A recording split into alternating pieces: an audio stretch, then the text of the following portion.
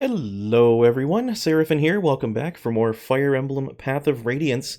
When I last left you guys, we completed the slog that was Chapter 17 in all of its parts, and now we are moving on to what I would say is a very important part in the game. Not that anything's not important, but this one's pretty important. Chapter 18, Crimea Marches. And so we've managed to return from our venture to the Serenus Forest and are now back here in Begnion proper at the cathedral. Of course, the Apostle is very pleased because not only did we bring a Laguz slaver to justice, but we've also just helped heal a very grievous social and political wound that has plagued this country for 20 years. Begun to heal, of course, not completely, obviously. So now Begnion is fully supporting Princess Elincia in her claim to retake her throne. But because the Prime Minister's not here yet, we can't do like a whole huge, massive, screw-off army. Of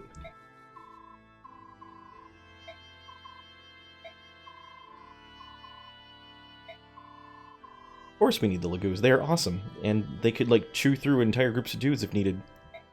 What's not to appreciate? So this is where the Apostle is basically explaining that she wants a unified continent. Which is apparently very idealistic given the circumstances, which you wouldn't think it would be, but I guess there's always times for these sorts of revelations to happen.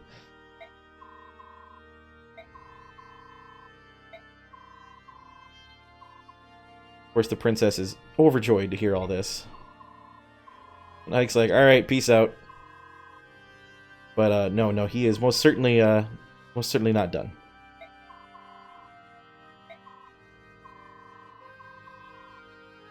So what's going on here is we're gonna put Ike in command of the army, but he can't just be a nameless mercenary. Ike's like, I don't want to be a noble, thanks. The Apostle's like, nope, guess what? You're gonna be a noble now.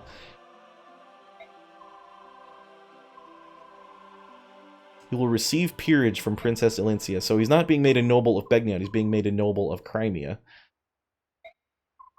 Which doesn't really make a whole lot of sense considering he's going to be commanding Begnion troops, but whatever. I guess a noble of one country is a noble of any country in this circumstance. Put on a funny hat or something. This is actually really cool. Elincia's like, "Can I have your sword, please?" I wish they'd actually done a cutscene of her like knighting him properly.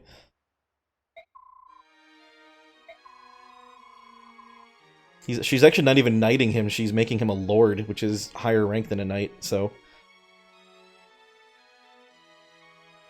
Now she's not only my Lord Ike, but he is officially Lord Ike of Crimea. And here we get the fancy, awesome Ike promotion that you all knew was coming.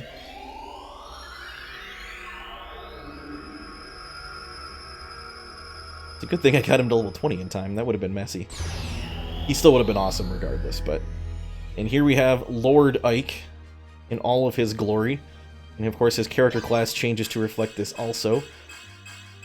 He gets an incredible jump to all of his stats. 3 strength, 3 defense. Oh, so good.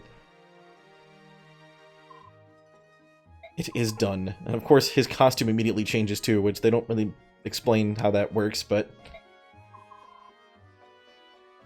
You'll notice he's now wearing that blue shoulder pauldron, very similar to the one his dad used to wear. I don't know if it's meant to be the same one or not, but I'm pretty sure it is.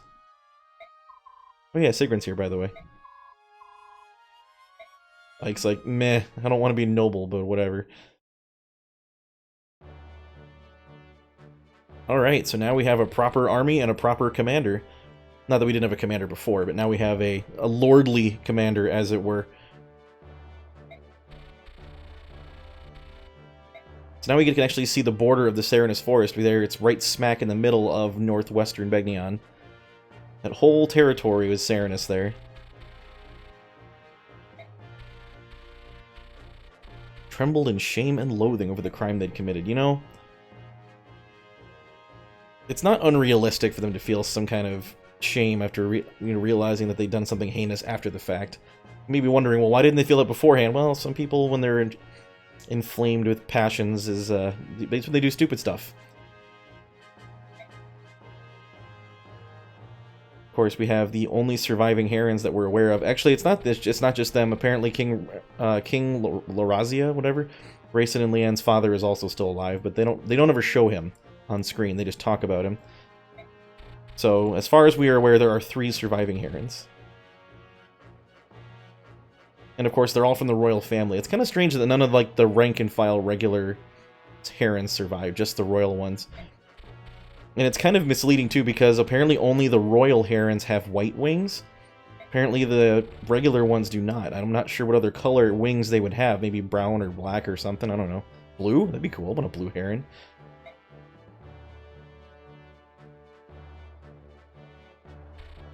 Blue herons would be dope. Can we have one of those now? Ah yes, if you're listening. Blue herons, next game. Seriously, let's make it happen. You're now granted a troop of Begnion regulars. This artwork is really cool, by the way. He's all like, I'm gonna kick your butt, but I'm also like, don't want to. I don't want to be this noble guy. He doesn't look like, his clothes really aren't even all that noble looking. Like, he still looks like a mercenary. I guess they didn't require him to wear the uniform or anything, which is probably for the best, honestly. I don't think he'd have liked it very much. I guess his, like... No, I guess underneath his armor and his cloak and whatnot is still... I mean, apart from the fact that he has a torn-off sleeves and whatnot. That, what do you want to call it? That long coat he's wearing looks pretty noble, I guess. Apologies if I don't know proper medieval period clothing names. I'm not super on the up and up of the fashion of the period. Somebody out there is. Feel free to correct me in the comments section. Crimea marches, and we're just now getting the chapter title, even though we knew what it was already.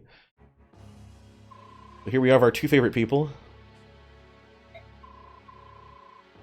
And here, we're learning some important detail. We already knew this, technically. Because some chapters ago, the Black Knight, in speaking to King Ashnar, was saying that there was a worm inside the party. And so now Black Knight here is referring to that same spy. We don't, of course, know who that spy is just yet. Plan on taking a land route through Dayan and then into Crimea.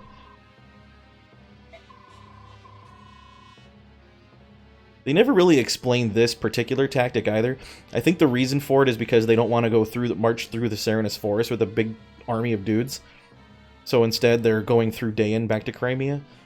But realistically speaking, it doesn't make a lot of sense. If they're just trying to take back their own homeland, why would they go through the most guarded enemy territory first?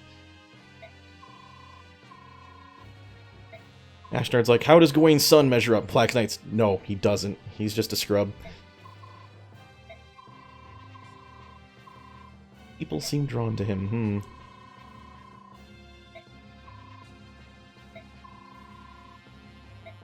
Again, Black Knight is incorrect information. 3 members of the royal family survived. Although, I'm not sure what state the king is in. They said he's been bedridden, so... Bring one of them to me, I care not which, and I want the medallion as well. Now, I don't believe that the medallion has explicitly been referred to yet, at least not in the context of what it actually is. That's going to change very shortly here. Once we cross the Great Wall, we'll be in Dayan. Oh no, wyverns! Oh yeah, now we're going to find enemy wyverns. Well, we've been fighting wyverns for a little bit, but not very much. That's about to change. We're going to be fighting wyverns a lot more frequently from here on out. So Ike's under the impression that Kilvis ravens were more dangerous than wyverns, and Tanith's like, no, you haven't been fighting real ones. Another unit attached to Begnion's Temple Guard. They apparently left and defected to Dayan. That's pretty cool. By cool, I mean that doesn't sound great. Pegasus Knights fare better than most against Wyvern Riders. This is mostly true. The big reason for that is Pegasi are much faster, but unfortunately the rank-and-file Pegasi usually aren't very strong and don't have a hard time getting through Wyvern's defenses. And Wyverns, when they promote, can use axes to counter Pegasus Knight lances, although Falcon Knights also get swords, which I guess counters that just fine. All in all, I still think Wyverns are in a better position than Pegasi, but don't get me wrong, Pegasi are incredibly useful. Can I entrust the flying business to you? Well, yeah, that's kind of what they train for, dude. Here we have our results from last battle. We got a boatload of money, although not as much as I spent last turn. Apparently, I'm all about spending lots of money. MVP was Astrid? Are you kidding me? That doesn't sound right. I just kept feeding her kills. Does that really count toward making her MVP? That really shouldn't, if you ask me. But what the heck do I know? At any rate, that's all we're doing. So now we have some very important basings to do, because I have to re-equip myself. I almost ran out of equipment during that slog. But now that we're back at a properly equipped base, we can probably get some decent equipment.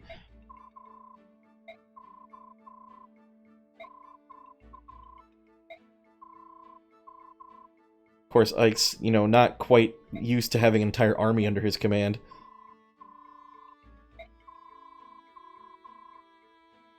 General Tanith requests her orders as well. Wait, what? You tell me I gotta do that too?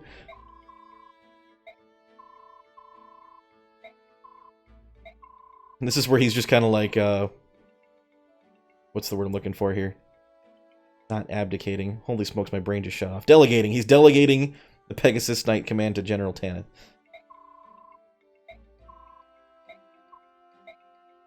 Interesting. Alright, so now speaking of Tanith, we can talk to her too.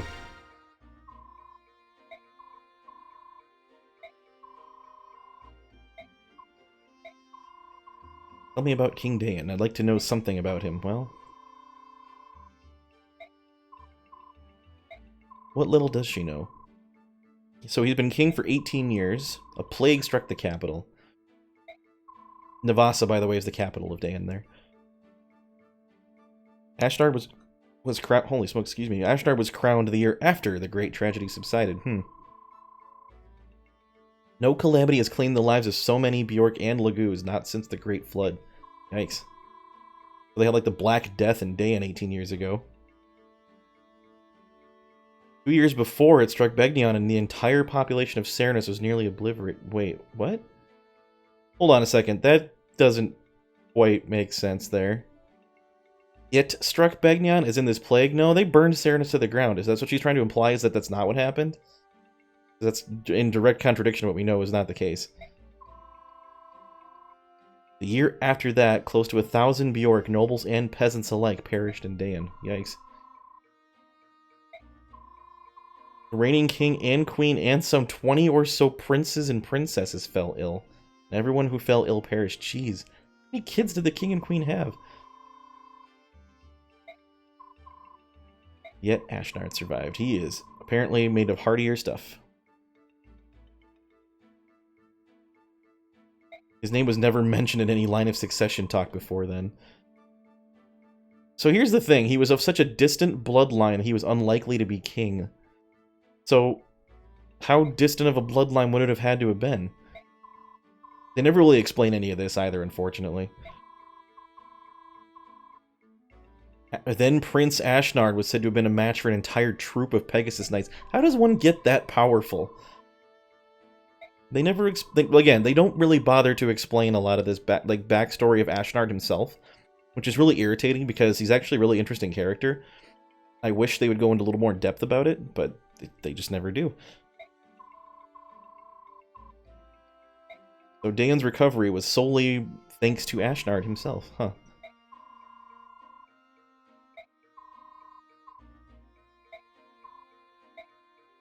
Alright, and now we can talk to Tormod, who we haven't talked to in a bit. Like, are you sure you want to be in my troop here? Because, I mean...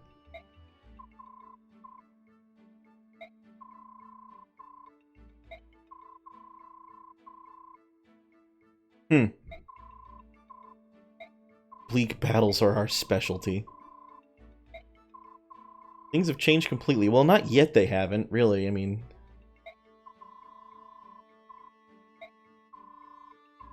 We are gonna fight because we are stubborn and don't want to leave. Also, we're recruitable characters and we don't just leave for no reason. This isn't Radiant Dawn. Oh, wait, whoops.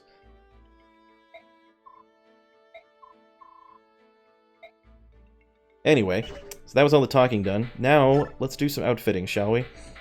You know, this might be a time where I have to go through all my gear, so why don't I just dump everything off? I like doing this, by the way, after every few chapters or so. Just to give myself an idea of what I'm looking at as far as a complement of equipment. Did I promote Kieran? Yeah, I did. Okay, cool. So who's not promoted yet? Astrid's not, obviously, because She hasn't really had a chance to be promoted yet. You know what? We're done with Mia. Sorry, Mia. We're not using you really anymore. So now Ike is promoted. We can see that he's got absurd strength, speed, and defense. In fact, I think he's got as much defense as Gatry. Yeah, he does. That's insane. Still B in swords. You would have think he'd have hit A by now. But he has not. That being said, Ike is more than a match for just about everybody that we'll go up against. And now that he's got so much strength, it's okay to give him really big weapons. Like, I like giving him a steel blade. Now he's got just enough strength to not be slowed down by it. I just like giving him blades because he's got the skill to land hits with them, and then he just absolutely wrecks everyone. Of course he needs his Regal Sword too. No reason not to have the Regal Sword on him. Jill now can use axes, and we're going to capitalize on that, rather, as much as we can. I think she can use steel axes without being slowed down at all. Yes, she can. So, as you can see, our axe situation's looking a little precarious, so we're going to go to the shop and buy some axes. Steel axe first. For Jill. She probably can't even use it yet, actually. She only got E rank in axes, doesn't she? I could forge an iron one, but that's just dumb, so we'll just give her an iron one to start out with. Actually, what is her axe rank? Let's double check that real quick. She has E in axes, yep, so she can't use steel ones just yet. But I will get her one for later. Because we're going to be exclusively letting her use axes for the most part here going forward. Oh, steel axes are E. Oh, okay. And you see, in other games they're not. That's weird. We need a hand axe for her too, though, which is also E, I believe. Let's double check. Yep. Nice that you can let you use axes all you want starting out. And then if she's still going to need a lance, because it's important to have all your bases covered. As for what lance we should give her, I think steel should be fine. Ooh, we could give her a killer lance. That might be nice. You know what? We're going to give her a killer lance. Not the big beefy one, we're going to save that for Nephany. And she needs that full guard. Nah, her defense is really high. 22? Yeah, give me a break. She's not taking damage from bows. Alright, Ilyana, on the other hand, is going to need some... Ooh, a fresh Elf Thunder Tome. Bolting's always fun.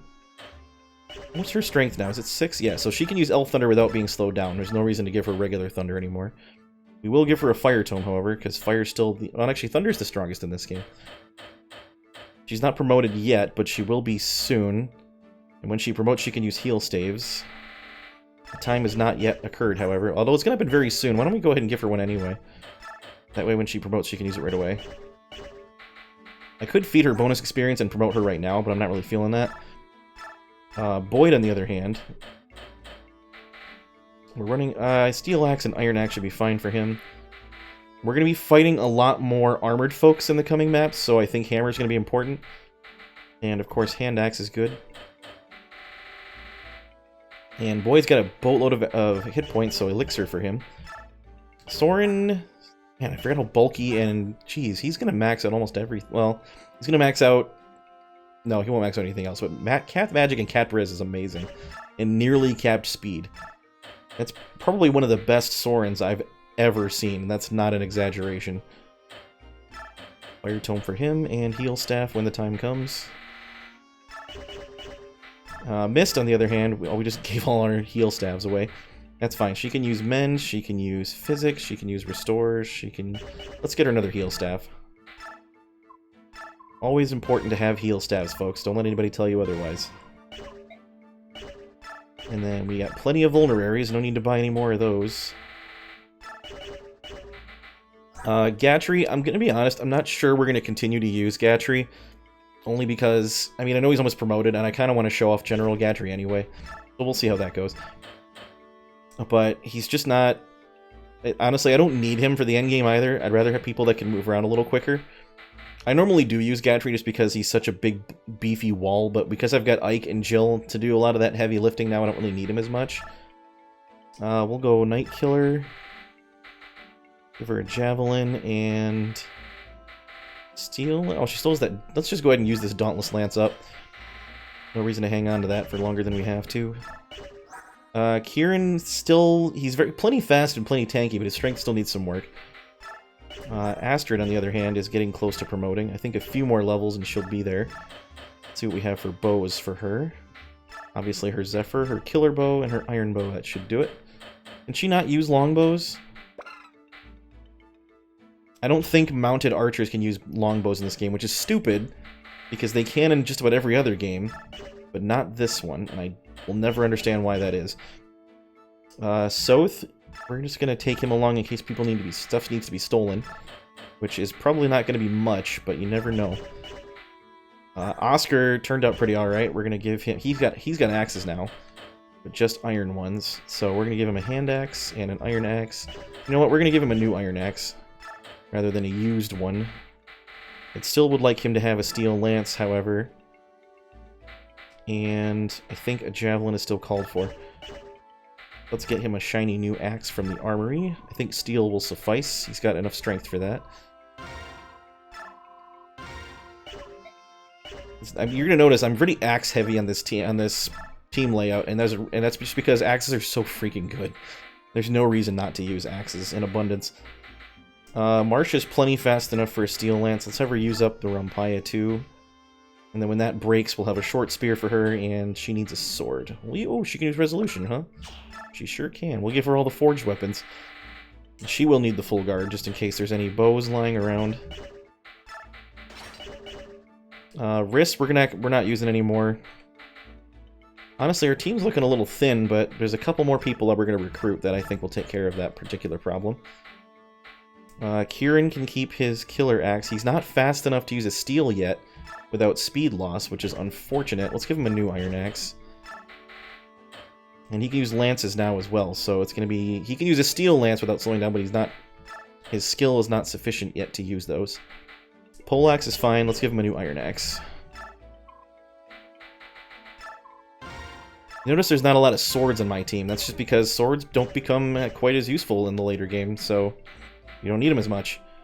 I didn't give Oscar a vulnerary. We forgot to do that. Go ahead and give him that. You know what? Let's go ahead and deck out Gatry just to be on the safe side. Steel and javelin and... Yeah, he can use that one too, I guess. And we'll keep the Night Ward on him just because he's already bulky enough and now he's just going to be able to tank everything. Nobody else really needs the speed that can use the thing either. I guess an argument could be made that Kieran might, but it's really about it. Alright, I think we're about ready to go, so let me see if I got any support conversations I can do. We can do Mist and Jill real quick. By the way, I did their C support off screen. It's basically just Mist saying, hey, it's nice to have someone else to talk to who's my age, but... You know, but Jill's always like, why do you want to like hang out with me? I'm a Daean, I'm the enemy. Like, why? And Mist is like, are you kidding me? Shut up about that. Of course, Mist is a really good cook. And she's like, here, eat my food. Mist's magical meatloaf. Huh. You look sad and you never eat. Why are you so nice to me? I'm a Daean Salt. Shut up! Stop saying that! It makes me feel bad, that's why. Everyone should hate me, blah blah blah. And Jill's like, wait, friends? What? What are those? We can also do Mist and Boyd pair up here. Boyd's like, nap time. Titania, I didn't see you there. What a jerk.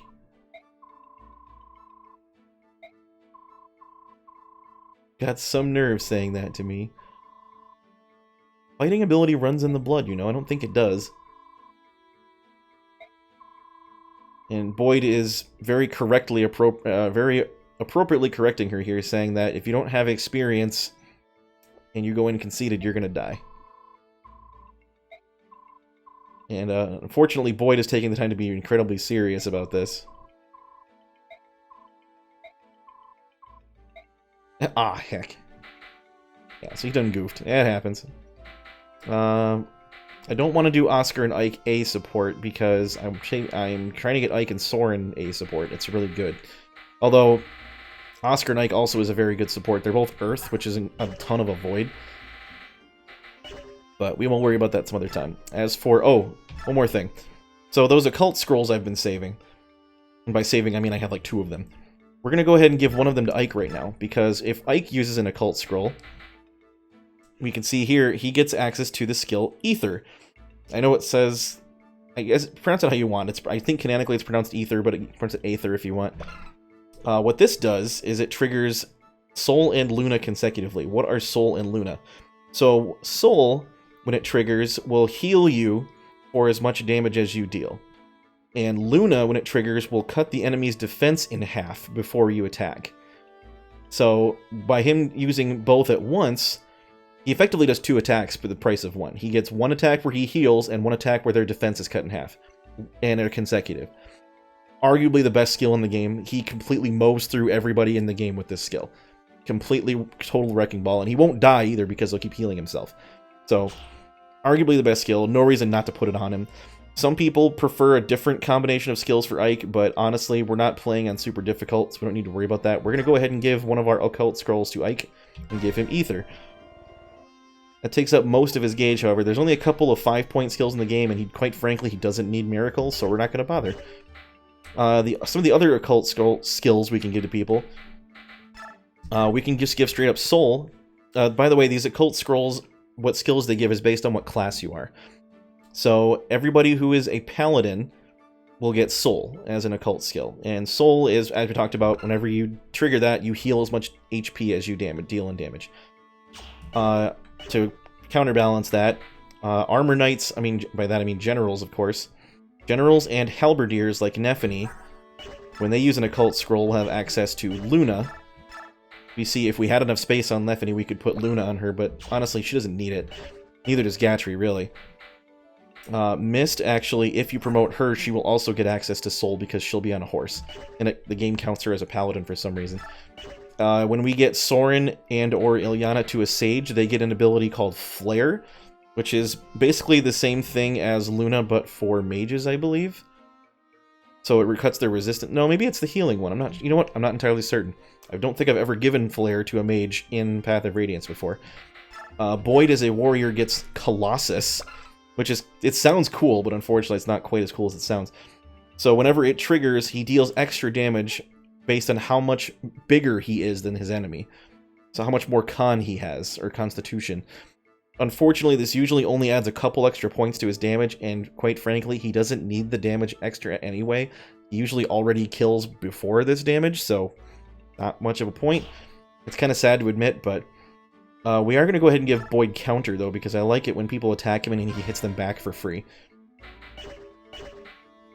And then, of course, we have... Wyvern Lords and Falcon Knights get an ability called Stun. And again, this also sounds cool, but in practice is kind of useless. And that is, when you trigger it, it immobilizes the enemy that got hit with it for 1 turn.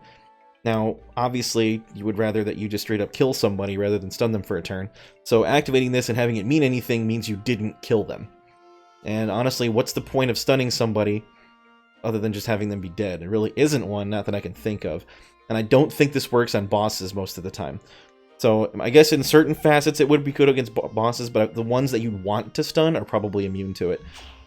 So there's that. Bishops, if we had any, Riss will not be a bishop, but they get something called Corona, which I think is the same as Luna, but for casters, so it cuts their res in half. That's what I think is that one. Flare, I'm pretty sure, is the mage equivalent of Soul. I'm not sure. I'll double check that some other time.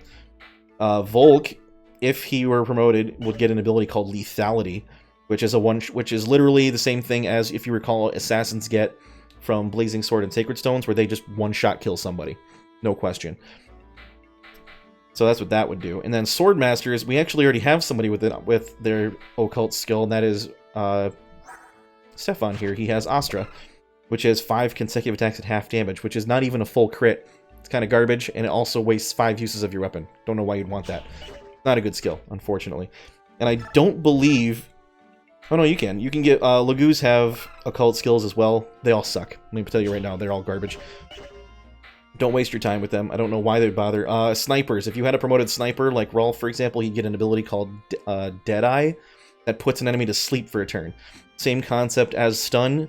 Why would you want the enemy asleep when you can just kill them? Not really sure. So that's pretty much it for what all the different occult skills are. The only ones that are worth it, in my opinion, are Ether, obviously, Soul on Cavaliers, and an argument could be made that Luna's useful too, but I'm probably not going to use it. You get a total of 4 Occult Scrolls in the game, if you count the one that Stefan gives you. So, obviously, 1 goes to Ike. I'm going to give 1 to Oscar. In fact, I'm going to give that to him right now, because I can.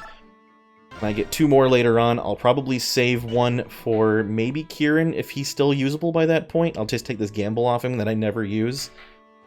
And maybe I'll save 1 for, I don't know, we'll figure something out. Anyway, so I realize I just spent the entire time of this episode doing battle preparations and explaining skills and stuff, so we're not actually going to do a whole lot of combat. But I'm going to go ahead and deploy into the mission proper so we can see what we're looking at here.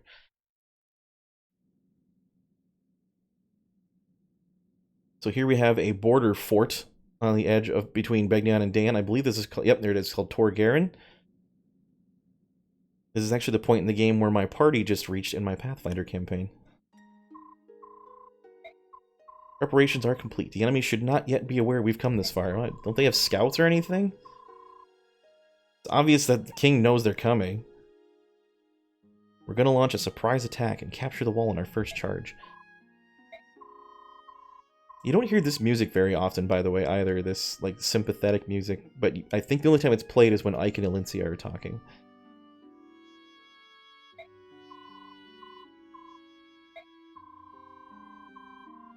We fought Dan many times. We're gonna win.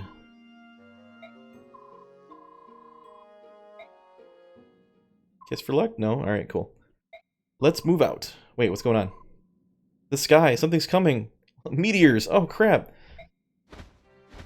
Nope. It's burbs. So here we have King Tabarn yet again, and I wish he was coming to tell me he's gonna help us fight, but he is not, sadly. Someone here insisted that we follow you, quite unreasonably. So Rayson here is saying that you helped us and treated us with courtesy, and so we're going to help you in return.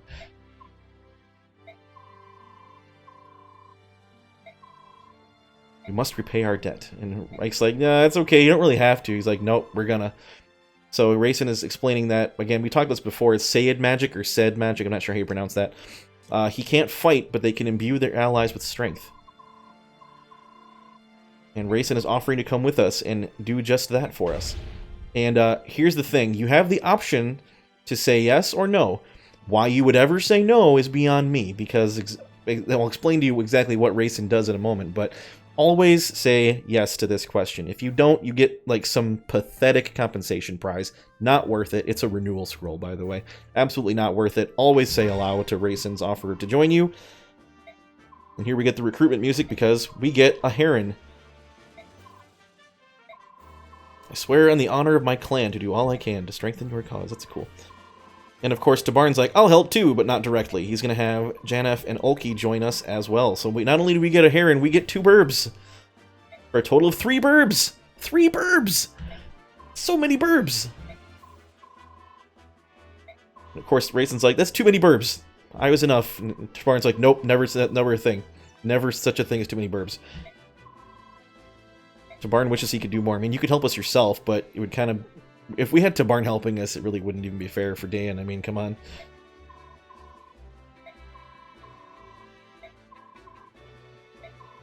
King Tabarn, by the way, is the coolest dude in all of this game. I'm not even joking. I love Tabarn so much. If you find yourself in a dire position, you can call me. No matter what, I will fly to your aid. That's cool. How are we going to call him, though? Is he just going to hear us? He left his eyes and ears with us. Beast Tribe and Bird Tribe. Yeah. Let's get started. Move out. Alright, so I'm going to do a quick overview of this chapter, but we're not actually going to do a whole lot. I'm going to do that next episode. I'm sorry for taking so long with all the preps. Normally I do that off screen, but there was just so much to do, and I didn't want to do it without you guys. So, we're going to have our full team, Retinue, pretty much taken care of here. We could use Janef and Ulki. They're actually not bad. Because they're Laguz, so they're going to get stronger when they transform. Janef transforms immediately, just like Leith does. Ulki does not. And Ulki is also much, much slower than Janef for some reason. I don't know why that is. He's a little bit stronger, but not by much. Not enough for it to make a difference. Janeth also comes with a skill called Insight that only he gets, where he has extra hit rate. I think it's like 20% extra hit. And Oki has a skill where he gets like 20% extra dodge. The idea being that he can see really well because he's the king's eyes, and he can hear things coming in time to get out of the way because he's the king's ears, yada, yada, yada. They're both pretty good. Janeth is obviously better than Ulki. We're not going to use Ulki, really. By the way, we have Tanith now. They don't really explain that to you, but now Tanith is a recruitable unit. Or a playable unit, rather. She's a level 10 pre-promoted Falcon Knight, and she comes with this jewel of a weapon. This is the Sonic Sword. So it requires B and swords to use, but it targets, or rather it uses your magic to deal damage rather than your strength. And Tanith's got passable magic. 10 magic's not bad for a physical unit. 16's better, but still. It also has 2 range, so there's that. This, by the way, if we can get Mist to a decent sword skill, she will ruin people's day with this thing. And that's what I'm looking forward to. She comes with A in swords and B in lances. And she has a very unique skill that only she gets called Reinforce. This literally allows her to call in 3 Falcon Knight NPCs to help you out. And I think she can use it multiple times per map. I think it's like maybe 2 or 3 times. But you basically just summon free meat shields. What's not to love? It's pretty great, especially on harder difficulties. And 24 speed is blazing fast. She's not bad at all for pre-promote whatsoever. Her strength's a little on the low side, but I can deal with that. That being said, we're probably not going to be using her. She's just a little bit too high a level for us right now. And quite frankly, we just don't need the help. We are going to bring Astrid. We are going to bring Oscar. We want to bring Marcia, too. You know what? I'm thinking Gatry stays home for this one. So we'll bring Marcia. And we're already bringing Rayson. We obviously should bring... From now on, Rayson is now a staple of the team, by the way, if that wasn't clear already. I would like to bring Soth. So we're going to leave Janeth behind, actually, also. But I don't know if I'm going to need Soth. Well, I do need to bring, however, and there's a reason for this, we need to bring Rolf. And I know he's a level 1 archer. Why in the world would you bring Rolf? I will explain momentarily. I'm going to give him his bow just to be on the safe side. I don't think it's going to matter, because if he gets picked, if he gets shot at once, he's going to die. Just to be safe. So this is going to be... You know, I'm not sure about between Kieran and Gatry, but we'll stick with this. Let's see if there's any reason to bring Soth. I don't think that there is. Also, real quick, the reason we're bringing Rolf is this guy. Yep, you read that right. It is that jerkwad that left so many chapters ago. Shinon is back, and he is an enemy unit. We can see, however, that when we come back and find him, his stats really aren't all that impressive, unfortunately. He does come with a brave bow, however, that he will drop upon death. But the fun fact here is that if we use Rolf to talk to Shinon, we can potentially re-recruit him. That is why we're bringing Rolf. The sole reason we're bringing Rolf, and no other reason. So there are some treasure chests here on this map, but I don't think there's anything to steal. Except for a couple of mend staves, maybe, and some vulneraries, which we really don't need all that much. I guess we could steal somebody's javelin, or, ooh, an elixir. Maybe I should bring... Maybe I should bring Soth, if not for the free stuff. Not a terrible idea. You know what? Let's see if there's anybody we can afford to live without. I don't think there really is, unfortunately. I like this whole team. I like this team a lot. You know what? It's not really all that important. We'll just leave one. Well, it's just one elixir. We don't need that. We can always buy them later, too, so... there are some enemy wyverns, by the way, on the right-hand side of the map, so we're going to leave Jill around to cover our backs. And, of course, we're going to be leading with the likes of Nephany and Boyd as soon as I can find him. There he is. Needs Soren and Ilyana to promote soon, so we're going to put them up front. Oscar and Kieran will remain further back, as will Marcia, because she's also a flyer. And you know what? This looks pretty good. Let's go ahead and save off right here.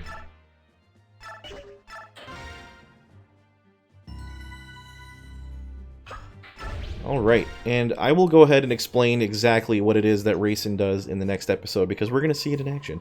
But first we have some story elements, I guess. So apparently Kilvis is still selling themselves out to Dayan. Okay, bye King Nasala, I guess. Fine, whatever. This guy doesn't have eyebrows, I just realized.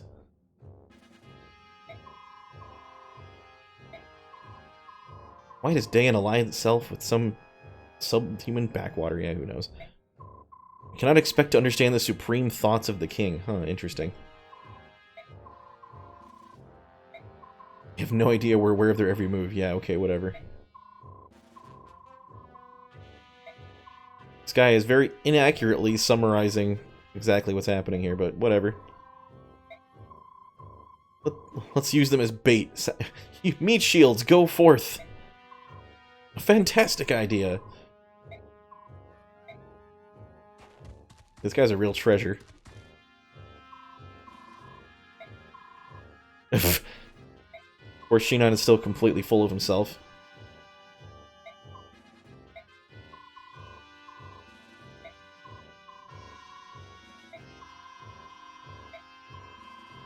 He's good, I can overlook almost any character flaw. Yeah, that's kind of the Daein mantra here, pretty much.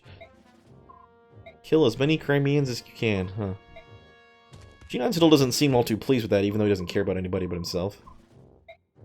I'll teach you what it means to oppose the might of Daein. Well, you're gonna have to show me next time. Also, I don't know if you noticed, but the music changes now that we've got Ike promoted. And that's going to change, by the way, not just that intro music, but all the music. The battle music going ahead whenever you engage in combat. It's all different now because we're in the second half of the game where everything is tougher and more awesome, as you might imagine. Alright, that being said, we're going to go ahead and get into this chapter proper. It's a pretty quick one. We can wrap it up in a single episode, so we're going to do that next time. That being said, thank you very much for watching up to this point. I really do appreciate it. We're going to clear these guys out in one fell stroke pretty quick, and we'll be done with it. So join me next time for that. Until that time, this has been Seraphin. Stay classy, internets.